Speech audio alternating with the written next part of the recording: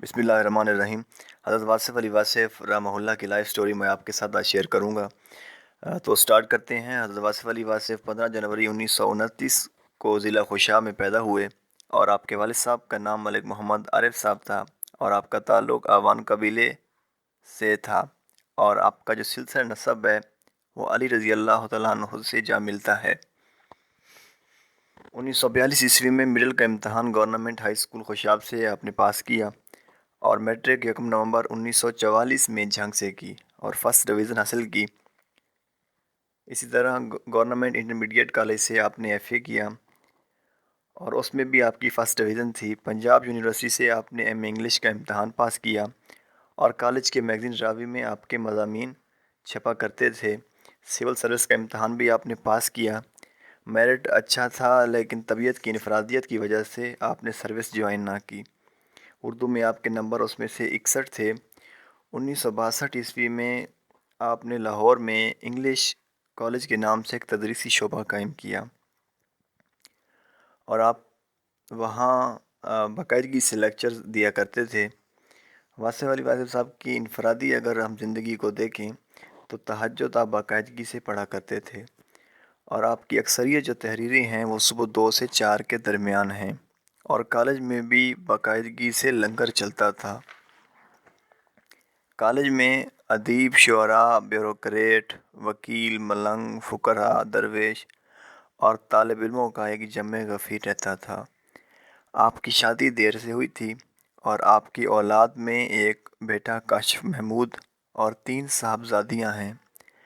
واصف علی واصف کا یہ وصف تھا کہ وہ از خود بہت کم بولتے تھے اور لکھتے تھے، لیکن جب سوال پیش کیا جاتا تھا تو پھر گویا ہو جاتے۔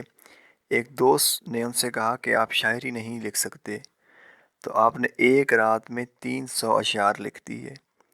چند اصحاب کے اصرار پر کلام جمع کروایا اور اس کی کتابت کروائی، اور جب آپ کی پہلی تصنیف شب چراغ منظر عام پر آئی تو اس کی تقریب رونمائی میں ان کے بہت سے عقیدت مند اور اہل علم حضرات شامل ہوئے۔ اس کے بعد ایک رشد و ارشاد کا سلسلہ چل پڑا اور لوگوں کی اتنی تعداد بڑھ گئی کہ گفتگو کے نام سے محفل کا انعقاد شروع ہو گیا۔ قذافی اسٹیڈیم میں واقع فزیکل ٹریننگ کے ادارے میں محفلوں کا سلسلہ طویل شروع ہو گیا۔ یہاں پر آپ نے 1000 راتیں خطاب کیا۔ لوگ سوالات کرتے تھے اور آپ جواب دیا کرتے تھے۔ لوگوں کے اصرار پر کلام ان کو سنایا کرتے تھے، اور پھر جب لوگوں کا زیادہ اصرار بڑھا تو آپ نے کالم لکھنا بھی شروع کر دیا کہ ایک بہت بڑا اخبار ہے پاکستان کا نوائے وقت، اس میں چھپا کرتے تھے۔ پہلا کالم آپ کا محبت کے عنوان سے شائع ہوا۔ 1986 میں آپ کی پہلی نثری تصنیف کرن سورج شائع ہوئی اور آپ کے مضامین کا مجموعہ دل دریا سمندر 1987 عیسوی میں شائع ہوا۔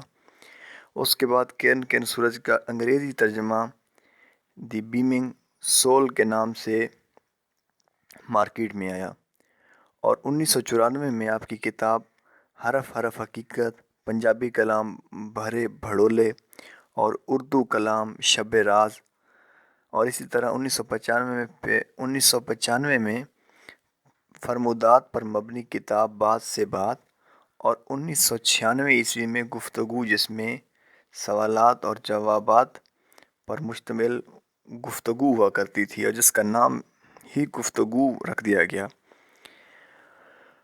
واصف علی واصف کا فرمان ہے کہ عظیم لوگ بھی مرتے ہیں، مگر ان کی موت ان کی عظمت میں اور اضافہ کر دیتی ہے۔